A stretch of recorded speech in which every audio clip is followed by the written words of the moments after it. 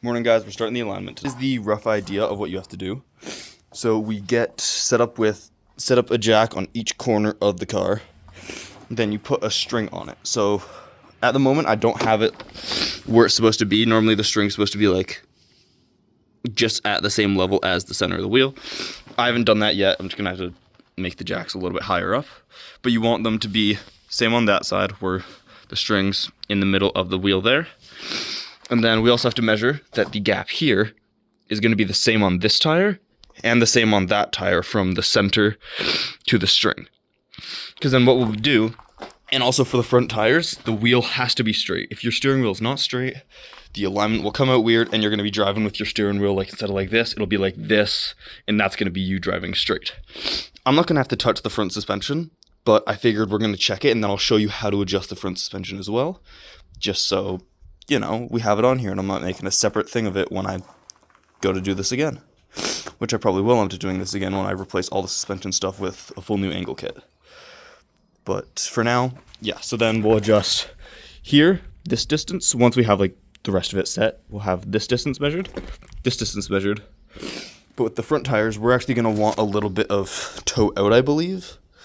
Because then that'll help us get a little bit more of like angle and control when we are drifting.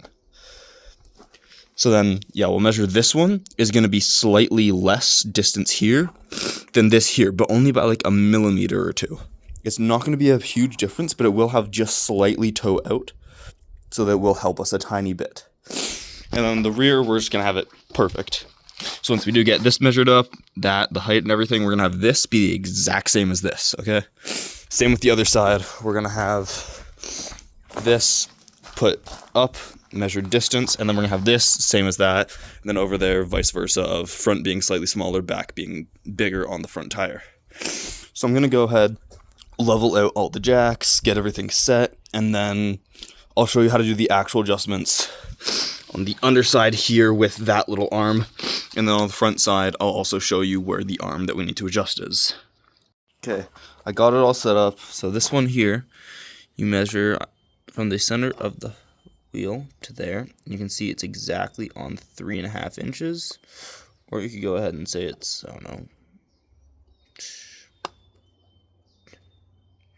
whatever, millimeters. You could say it's 22 1/8 millimeter. And then here, you can see it's pretty close. It's just under 3.5. So it's kind of hard for me to get like the perfect adjustment on it here, just from how my setup is, being, you know, pretty janky. There we go, got it pretty perfect, 3.5. And then when we measure in, you're gonna take your ruler, or, you know, actual like proper gauge, whatever you have. I just have a ruler, from the edge of your rim onto the line here. You're going to want the ruler to be touching it, and you can see the ruler's touching it exactly 24 millimeters, or 2.5 inches. Or, here, let me get the actual thing set up right. It's kind of hard to do two of these things at the same time. Yeah, it's set up exactly 2.5, or just under 24 millimeters. Oh, we have to stay back over here. Getting ahead of myself there.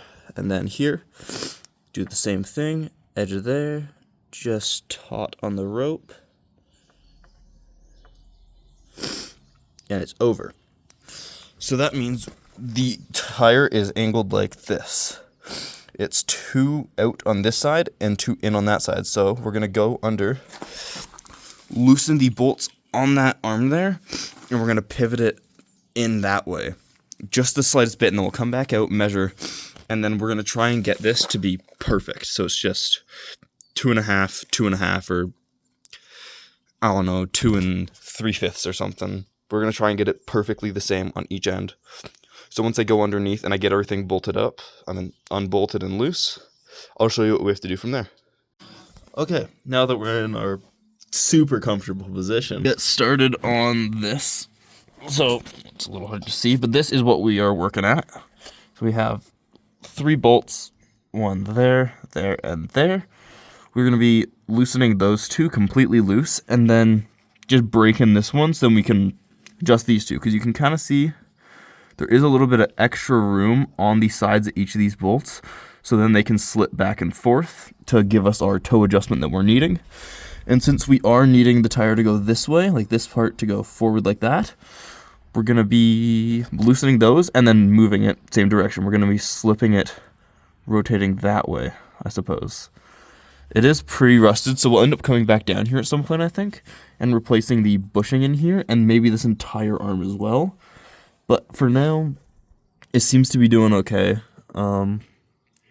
It doesn't seem like we'll actually need replacing of it yet, but we will be ended up doing like full, like replacing all the bushings around everywhere at some point. So then we'll have to come back down here and redo that, and then we'll do a proper alignment at that point as well.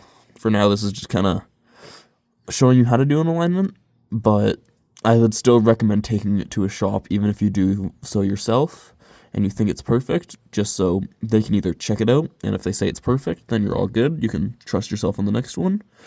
But you'd want to make sure to get it checked out by a professional that you actually did your alignment correctly. Because we are beginner mechanics here. We're not, knowledgeable on all this stuff perfectly, and nor do we have the actual tools and everything to do proper, like, caster, camber. Like, they have a whole plate with, like, the kind of measuring balancers and whatnot. We don't have all that. We just have some string, a backyard, and a jack stand, and some amazing Canadian Tire sockets and sets.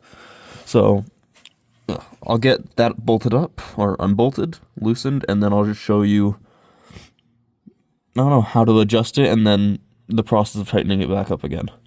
On another note, I suggest wearing some glasses when you're doing this, because for that minute I was lying underneath the car, I already got so much rust and dirt in my eyes that I'm probably going to have to go flush them out. So I highly suggest putting some glasses on so you don't have that happen to you too. Now that we are under here with everything loosened, it is pretty difficult to find anything to pry on it with. I got all the bolts loosened up. They're not hand loosened, but they are loosened to the point of where they give me enough play to move it around.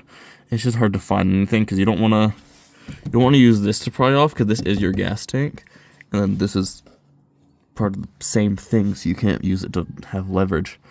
So, but all you want to do is just kind of rotate it, like I said, and then kind of find your easy spot of moving it and getting out, measuring back on the line again, and then doing that over and over until it's the same on each end. So I'll get all this finished, and then I'll, I guess, do the same thing on the other side and just do a quick time lapse. Here, we're back up at the top, just measuring things.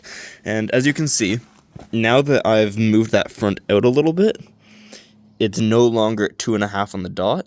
It's in too much. And this side, I also didn't move that side to readjust it, but now this side, it's just one tick too long.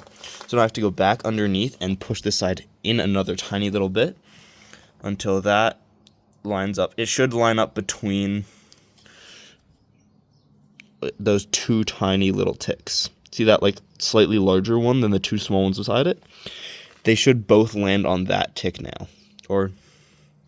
They should both land on that tick once I do have it fully adjusted. And then vice versa on the other side. Okay, that one little adjustment I just did made it pretty good. Now, it's not down to the millimeter perfect. It's hard to see.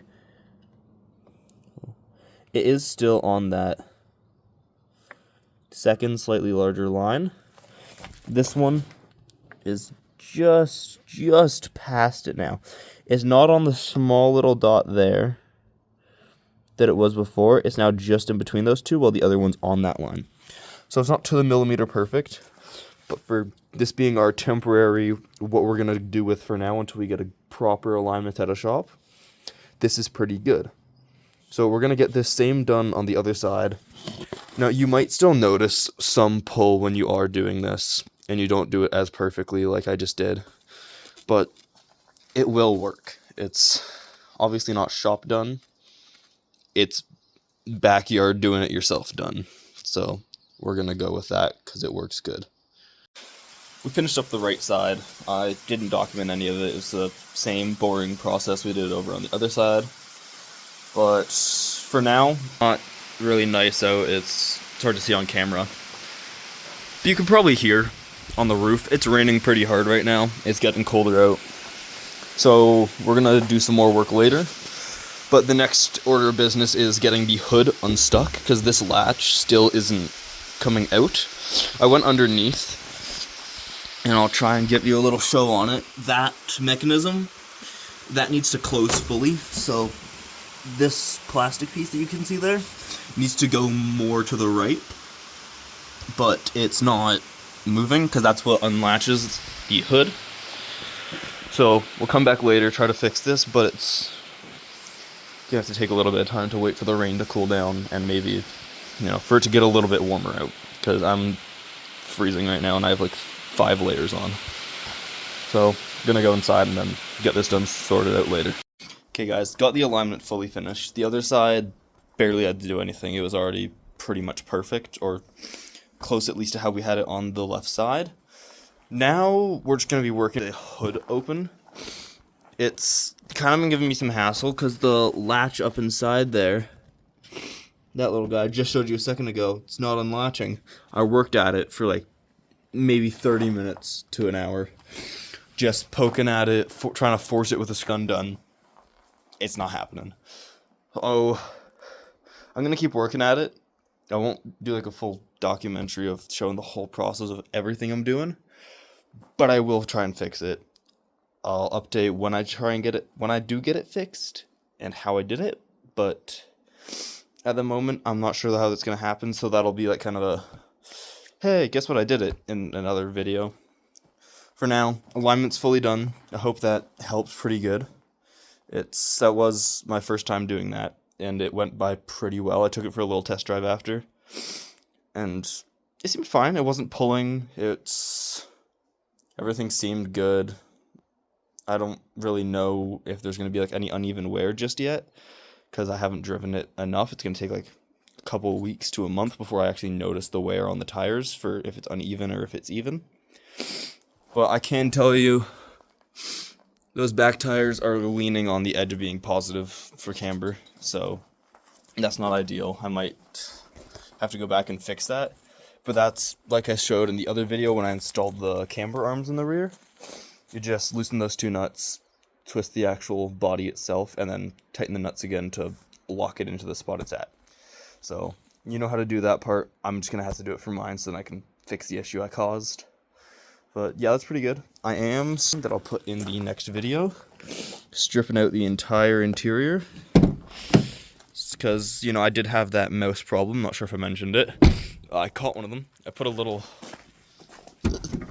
mouse trap in the back corner there. I caught one, put it back. I'm gonna put some peanut butter back on it and see if maybe there's some more, but the other one for now is kicked over in the bush somewhere over there. I did not want to see it anymore, so it's gone. But I got to clean out the entire interior because it's still, or mouse, which is not ideal, and I'm not sure if I'm gonna have to replace all the carpeting or not. So let's go. Let's hope we don't have to do that, but I'll post an update on the next video for if I get the hood open, and then the whole next video will just be me stripping the interior, deciding what I want to do, whether I want to put carpet back in, put the carpet that's already here back in, or I don't know, maybe just like metal paneling on the floors, and then I redo carpet in some areas, like on the surrounding area of the dash and everything, so like all that carpet around there, but then here I have like metal panels on the floor, and then the seats, I'm going to end up replacing them because the heated seats are nice. Those little dials there, I'm glad I got them. But I'm also not going to be... So it's not honestly all that needed. I'd like to have functioning AC first because it does work. It doesn't smell good because there's probably a mouse house in the AC unit and everything. But that's for another time. I'm not ripping apart the dash for another couple months because that's a pain in the ass, and I don't want to do it before my road trip. I just want to get this car looking decent, smelling okay, and functioning for a couple week trip down the coast. But yeah, I'll keep you posted on the hood, and I'll see you guys in the next